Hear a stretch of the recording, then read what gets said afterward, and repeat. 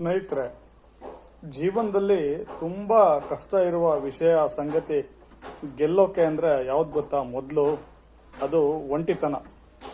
ನೀವು ಒಂಟಿತನನ ಗೆದ್ದು ನೋಡಿ. ಅಂದರೆ ಹಿಂದಿನ ಕಾಲದಲ್ಲಿ ಋಷಿ ಮುನಿಗಳು ತಪಸ್ ಮಾಡ್ತಾ ಇದ್ರು. ಒಬ್ಬರೇ ಕಾಡಿಗೆಲ್ಲ ಹೋಗಿ, ಬೆಟ್ಟದ ಮೇಲೆ ಹೋಗಿ, ನದಿ ಒಳಗಡೆ ಎಲ್ಲ ಕೂತ್ಕೊಂಡು ಒಬ್ಬರೇ ಇರ್ತಾ ಇದ್ರು. ಒಬ್ಬರೇ ತಪಸ್ ಮಾಡಿ ಮಾಡಿ ಮಾಡಿ ತಮ್ಗೇನು ಬೇಕೋ ಆ ಸಾಧನೆನ ಮಾಡ್ತಾ ಇದ್ರು.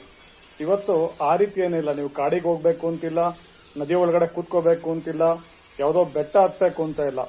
ನೀವು ಏನಾದರೂ ಸಾಧನೆ ಮಾಡಬೇಕು ಅಂದರೆ ಒಂಟಿಯಾಗಿ ಇರೋದನ್ನ ಮೊದಲು ಕಲಿತು ಒಂಟಿಯಾಗಿ ಕೆಲಸ ಮಾಡೋದನ್ನ ಕಲಿಬೇಕು. ಇವತ್ತು ನಾನು ಅವ್ರ ಸಪೋರ್ಟಿಂದ ಗೆಲ್ತೀನಿ, ಇವ್ರ ಸಪೋರ್ಟಿಂದ ಗೆಲ್ತೀನಿ, ಅದೆಲ್ಲ ಸುಳ್ಳು. ಇವತ್ತು ಯಾರಿಗೂ ಟೈಮ್ ಇರಲ್ಲ ನಿಮಗೋಸ್ಕರ ಕೊಡೋದಕ್ಕೆ, ನಿಮ್ಗೆ ಹೇಳ್ಕೊಡೋದಕ್ಕೆ. ನೀವೇನೇ ಇದ್ರೂ ಒಂಟಿಯಾಗಿ ಗೆಲ್ಲಬೇಕು.